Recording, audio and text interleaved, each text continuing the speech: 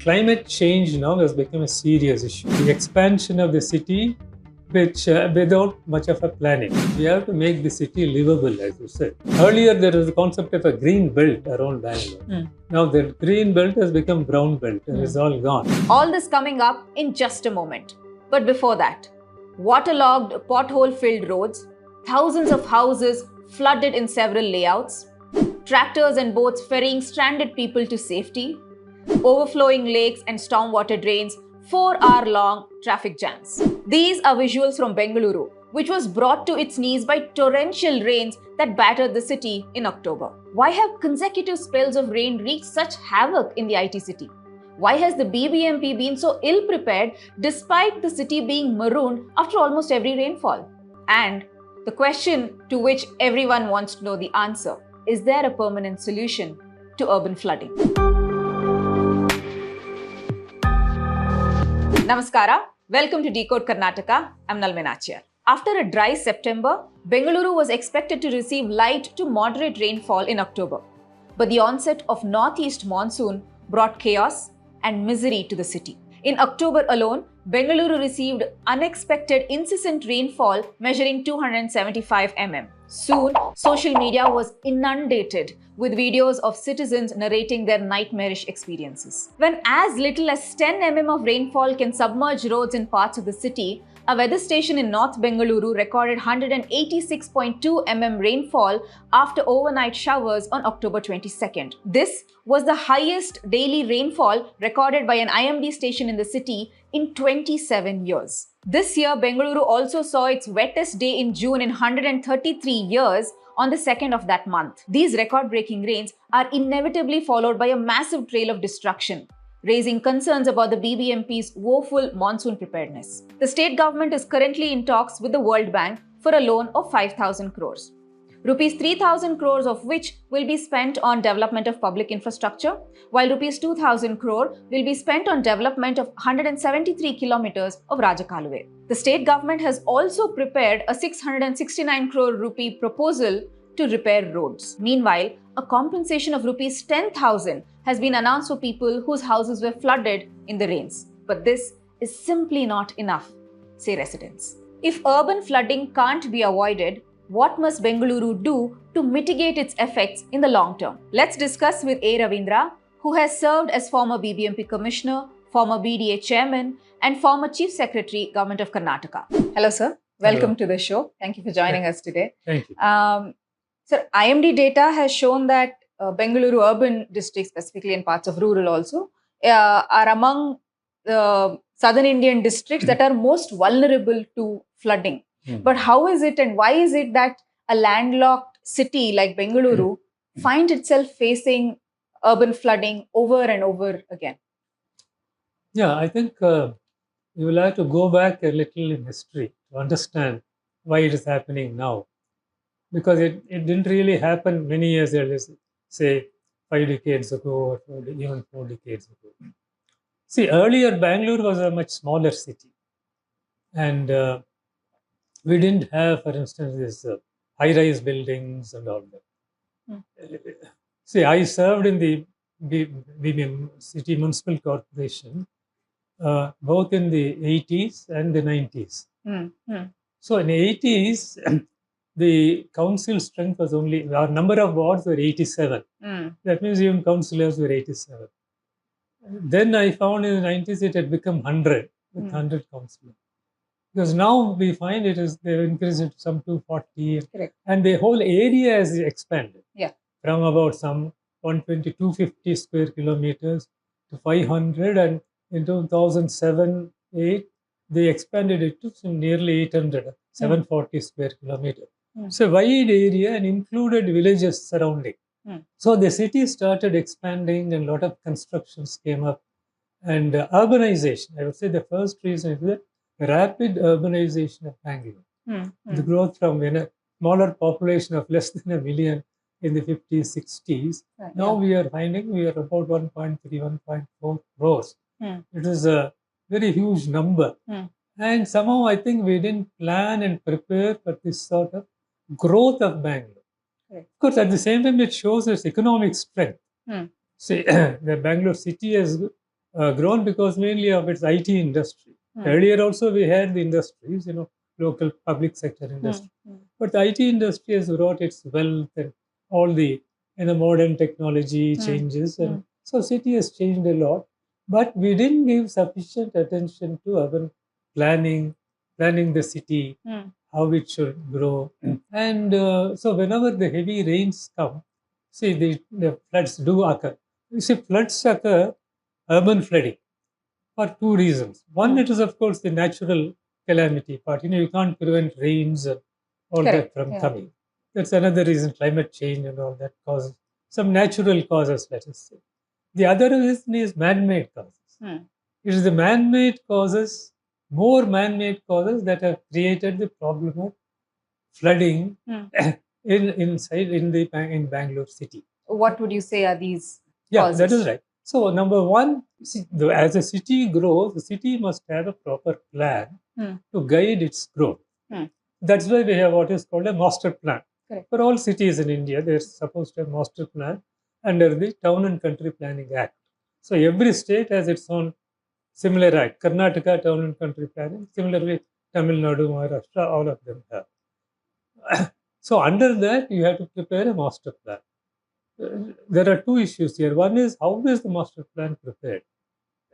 Number one, it takes a lot of time, and but it's primarily a land use plan. Okay. So it sets out the land use pattern of a city. Where should residential areas come, commercial areas, industrial areas, and all.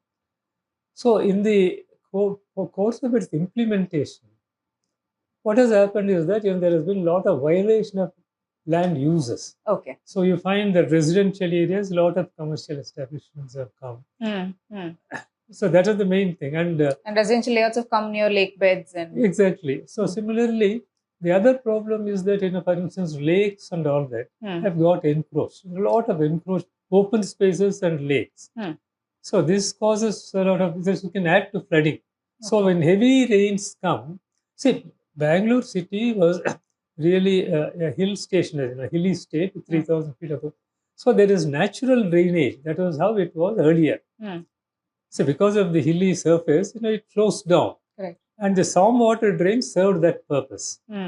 See, it used to flow and then flow out, outside the city. Like, for instance, Prashabhati Valley. Correct. So the storm water, it will flow. But now it is all got, overloaded, lot of garbage. Flooding is caused mainly in Bangalore because of two things. One is the expansion of the city, which without much of a planning. That means the plan is restricted to a certain area. Master plan says, so for the master plan of Bangalore currently is 1,100, let us say, or 200 square kilometers. Beyond that is the what we call urban agglomeration. Okay. Or the urban periphery, beyond the city area. Okay. Here, we allowed the city to grow. The city growth is inescapable because of urbanization. It will happen, whether you like it or not. It is a good sign also. We need more urban. But then it has to be properly planned so that the human settlements where people live, where people do business, industries and all, and the commercial establishments, if they're all properly, planned and located in different places, then it will go on smoothly. Okay. Now, because of all this mixing up of land use, so you'll find in all the residential huge constructions coming. So the small drains don't suffice; they all overflow. So the overflow of drains, that is one thing, and that has got polluted. In the lakes also get polluted. Correct. Because the stormwater drain water enters the lakes. So that is another. And the lake embankments are being encroached by a lot of, again, real estate thing, has grown so much. That is another reason. Sir, Bengaluru Development Minister D.K. Shivkumar recently said that when asked, if there is a permanent solution to flooding, he said they have now planned to develop stormwater drains and develop roads along them to protect the buildings and also provide easy access for cleaning of these stormwater drains, and close to 300 kilometers of such roads will be built. But like you are also said, this we can only mitigate We can this. mitigate. Yeah. So, but what are your thoughts on development like this? These See, kind I'm of not roads? sure what he meant by saying roads along the storm. Even now we have roads. See, Yeah. the stormwater drains, but the real problem there are two things about stormwater. One is, see, there's a lot of garbage is thrown, and stormwater drains are not clean. See, if they are clean from time to time, then there is a natural flow. That is one. Secondly, see, the sewage water also gets in. There are also sewage lines somewhere there. The serious problem is along the stormwater drain banks, there are a lot of constructions have come up, illegal. So that is the real problem. So that creates the thing. So unless, those, that they're all encroachments. If Shivakumar meant that they'll get rid of those encroachments and, make that is just a road, allow the water to flow. That's the main thing is cleaning of stormwater drains very regularly. We used to undertake when I was commissioner a kind of a drive periodically in each ward cleaning of stormwater drains. Okay. That is because we are not able to prevent. This is again another serious problem about waste throwing. Okay. So garbage gets thrown anywhere and everywhere. Yeah. So especially even the big industries and all, they go and throw off all the garbage in the stormwater drains. So that is another thing to be controlled, waste. So as we speak, this is happening that the government is taking out surveys to recognize illegal constructions, and the state government has also said that it's very serious about demolishing them. But this residents complain is always a knee-jerk reaction to a flooding event that happens following rains. So do you think this is enough, like what the BBMP does every time the city administration does? And in your opinion, what should a comprehensive flood-proofing plan for the city involve? See, whenever such floods happen, even early, I think 2022 or something, it happened. There was a knee-jerk reaction.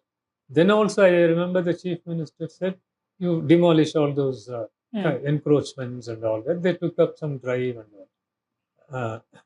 But now again, these are all just they keep saying whenever there is such a big problem. They are not really serious about it. Although every time they'll say they are serious, they are not really serious about it, because otherwise by now a lot of action should have been taken.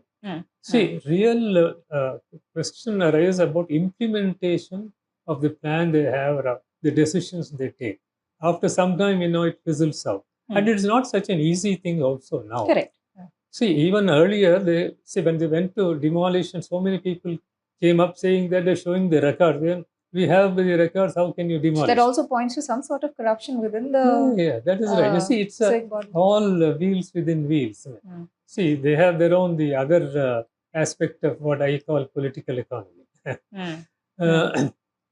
So, and that's not, because you have to take it up in a very planned and systematic way.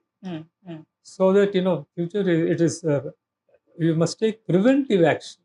Rather than now, suddenly you want to take corrective action. You will demolish, we'll do this, we'll do that. We have to make the city livable, as you said. Today, it's getting worse. Livability is getting worse. Actually, it's an international, they undertake this ranking of cities. They have this quality of living index. Correct, yeah.